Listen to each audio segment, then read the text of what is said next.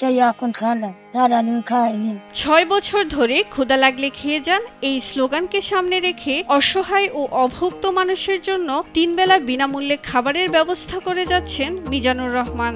2018 সাল থেকে আমার একটি ফ্রি খাবার বাড়ি আছে, যে খাবার বাড়ির নাম হলো ক্ষুধা লাগলে খেয়ে যান ফ্রি খাবার বাড়ি। পথচারী, ক্ষুধার্ত, পথ শিশু যে কেউ এসে খাবার খেতে পারে, এটা সকলের জন্য উন্মুক্ত। এক কথায় রাস্তাঘাটে যারা থাকে, যারা হোটেলে যেয়ে টাকা অভাবে খেতে পারে না, হোটেল মালিকরা খাবার দেয় না। মিজানুর কোনো শিল্পপতি নয়, একজন মোটর মেকানিক, অথচ প্রতিবেলায় অর্ধশত মানুষের খাবারের ব্যবস্থা করেন তিনি। দিন শেষে 3 বেলায় তিনি বিনামূল্যে খাবার তুলে দেন প্রায় 200 ক্ষুধার্ত মানুষের মুখে। শুধু খাওয়া দাওয়া নয়, অসহায় মানুষের জন্য নিজের সাধ্যমতো সবটুকু করার চেষ্টা করেন মিজানুর, এমনটাই বলছেন স্থানীয়রা। আমরা নিজেরা দেখি রাস্তাঘাটে চলাফেরার সময় দেখা যাচ্ছে একটা নোংরা পাগল ঘুরে বেড়াচ্ছে, তাকে পাজা করে ধরে নিয়ে সকালবেলায় নিয়ে গিয়ে নাস্তা করাচ্ছে, সুন্দর করে খাওয়াচ্ছে। মিজানুরের এই ক্ষুধা লাগলে খেয়ে যান এর আয়োজন করা হয় যশোরের শার্শা উপজেলার শ্যামলগাছি মহাসড়কের পাশে ফ্রি খাবার বাড়ি।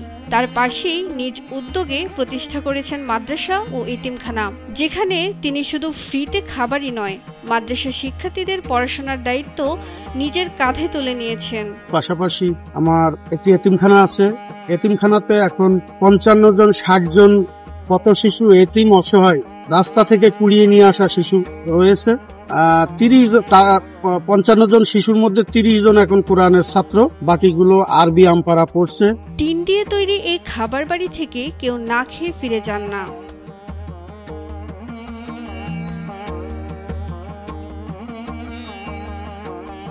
তো পথচারী এবং আমার এতিমখানার ছাত্র, শিক্ষক, স্টাফ দিয়ে প্রতিদিন 200 মানুষের রান্নাবাড়া করতে হয়।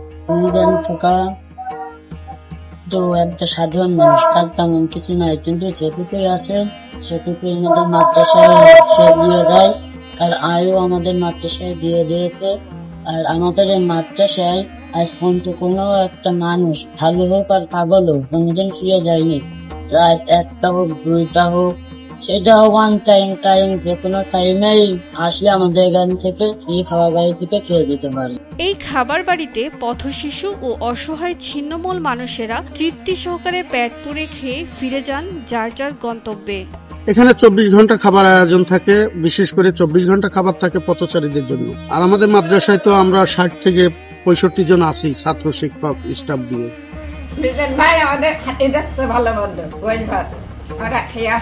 মিজানুর রহমান জানান, 2018 সাল থেকে শার্শা উপজেলা সহ আশেপাশের উপজেলাগুলোতে পথ শিশু, মানসিক ও শারীরিক ভারসাম্যহীন অভাবগ্রস্তদের কষ্ট দেখে তিনি এই খাবার বাড়ি প্রতিষ্ঠা করেন। আমার এখানে যে 55 জন ছাত্র, তাদের এক একজনের এক একটা ইতিহাস। কারুর মা করেছে কি, সন্তান বাজারে ফেলে চলে গেছে, 2.5 বছর বয়স, সেই 2.5 বছরের শিশু এখন আমার এখানে প্রায় 5 বছর বয়স, এখন সে কোরআন মুখস্থ পড়ে, তার নাম সুমন। আরো 4-5 জন শিশু রয়েছে, তারা কানেও শোনে না, মুখেও কথা বলে না, বাক এবং শ্রবণ দুটোই প্রতিবন্ধী, তাদের কোনো পরিবারকে খুঁজে পায়নি। আমার এখানে শিশু রয়েছে, প্রশাসন দিয়ে গেছে, সমাজসেবা অফিস থেকে দিয়ে গেছে, অন্যান্য ব্যক্তিরা, সমাজসেবকরা আমার এখানে দিয়ে যাচ্ছে। আমাকে যেখানে সন্ধান দিচ্ছে আমি সেখান থেকে শিশুদেরকে নিয়ে আসছি। তার মধ্যে একটু আনন্দের বিষয় বলে রাখি, অনেকগুলো শিশু ইতিমধ্যে আমার এখান থেকে তাদের পরিবার সন্ধান পেয়ে তাদের হাতে তুলে দিতে পেরেছি। অনেক বয়স্ক মানুষকেও আমরা তুলে দিতে পেরেছি। আমার এখানে পায়ে ঘা, সমুদ্র গায়ে ঘা, রাস্তায় পড়ে থাকা মানুষদেরকে আমরা নিয়ে আসি, নিয়ে এসে তাকে সেবা যত্ন দিয়ে, স্বাস্থ্য সেবা দিয়ে, চিকিৎসা করে, খাদ্য সেবা দিয়ে সুস্থ করি। তার পরিবারকে সন্ধান পেলে তাদের হাতে পয়সা দিই, কেউ এসে নিয়ে যায়, আমরা গাড়িতে উঠেই দিয়েছি। এইভাবে কাজ করে যাচ্ছে। দারিদ্রতার কারণে নিজে পড়াশোনা করতে না পারলেও অর্থাভাবে যাতে কারো পড়াশোনা বন্ধ না থাকে তা নিশ্চিত করতে চান মিজানুর। আমার মাদ্রাসাতে কারিগরি প্রশিক্ষণ কেন্দ্র আছে, আমার মাদ্রাসাতে বাংলা শিক্ষা আছে, ইংরেজি, আরবি আছে। আরবি শিক্ষার পাশাপাশি সকল শিক্ষাটা তাদেরকে দিয়ে আমি চাচ্ছি যে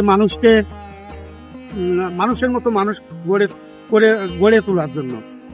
আমার মূল লক্ষ্য উদ্দেশ্য হলো আপনার দুর্নীতি, অনিয়ম, মিথ্যা, অর্থলোভের বিরুদ্ধে। আমি এই শিশুগুলোকে এমনভাবে শিক্ষা দিয়ে গড়ে তুলতে চাই, শিক্ষকদের সকলের সহায়তা নিয়ে তারা মিথ্যা বলবে না, তারা অর্থলোভী হবে না, তারা দুর্নীতি করবে না, দুর্নীতির বিরুদ্ধে দাঁড়াবে, দেশ ও জাতির কল্যাণে তাদের যা যা করা দরকার আমি সেই শিক্ষাটা তাদের দেওয়ার চেষ্টা করছি। আমার লক্ষ্য উদ্দেশ্য একেবারেই ভিন্ন। আগামী দিনে যে সংকট আসবে আগামী প্রজন্মের জন্য, মিথ্যা, পরিবেশ দূষণ, অর্থলোভ, এখনই অর্থলোভের কারণে আমরা বাবা মাকে রাস্তায় ফেলে আসছি, বোনকে রাস্তায় ফেলে যাচ্ছি, বোনকে তাড়িয়ে দিচ্ছি, বোনের সম্পদ আত্মসাৎ করছি, ভাই ভাইয়ে দ্বন্দ্ব, ভাই ভাইয়ে মারামারি, এগুলো সব অর্থ নিয়ে। তো অর্থলোভ কমাতে হবে। মিজানুরের দাবি, এখন দ্রব্যমূল্যের ঊর্ধ্বগতির কারণে প্রতিদিন প্রায় 200 মানুষের মুখে খাবার তুলে দেওয়ার জোগাড় যন্ত্র করতে বেশ হিমশিম খেতে হচ্ছে, আর্থিক সংকট তৈরি হচ্ছে। তো এখন হঠাৎ করে দ্রব্যমূল্যের ঊর্ধ্বগতি কারণে আমাদের একটু অর্থনৈতিক কষ্ট হচ্ছে। এই প্রতিষ্ঠানে কোনো ইনকাম নাই, 55 জন ছাত্র ফ্রিতে লেখাপড়া, খাওয়া দাওয়া, শিক্ষকদের বেতন দিতে হয়। আমি আমার কৌশল করে আমার ব্যক্তিগত চিন্তা থেকে চালিয়ে যাচ্ছি। কিছু মানুষ অনুদান পাঠাতো, তারা এখন হঠাৎ করে এই যে দ্রব্যমূল্যের ঊর্ধ্বগতি, বিভিন্ন কারণে অনুদান আসছে কম, তো একটু কষ্টের মধ্যে আছি। মিজানুর রহমান তার এই মানবিক কাজে সমাজের বিত্তবানদের এগিয়ে আসার আহ্বান জানান।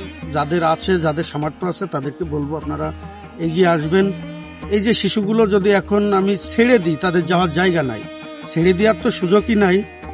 এখন ইনকেস যদি নাকি আমি চালাইতে না পারি, খাদ্য সংকট থাকে, অর্থ সংকট থাকে, তাহলে একটা দুরবস্থার মধ্যে যেতে হবে। তো মহান আল্লাহ তাআলা চাইলে সবই সম্ভব। মহান আল্লাহ তাআলার বান্দাদের দিয়ে অবশ্যই এটা গাইড করবেন, সহযোগিতার হাত বাড়াবে মানুষ। আমি একটা কথা বলতে চাই, যদি দুনিয়াতে ভালো থাকতে হয় তাহলে ভালো কাজের বিকল্প নাই। আমি একটা মেসেজই দিব, অর্থ সম্পদ অনেকেরই আছে, আমরা খালি হাতে এসেছি, খালি হাতেই যেতে হয়, এটা পুরাতন কথা। একটা কথা স্মরণ করে দিতে চাই, পৃথিবীর অর্থ সম্পদ রেখে যাওয়ার পরে কি কাজে আসে আমার জানা নেই।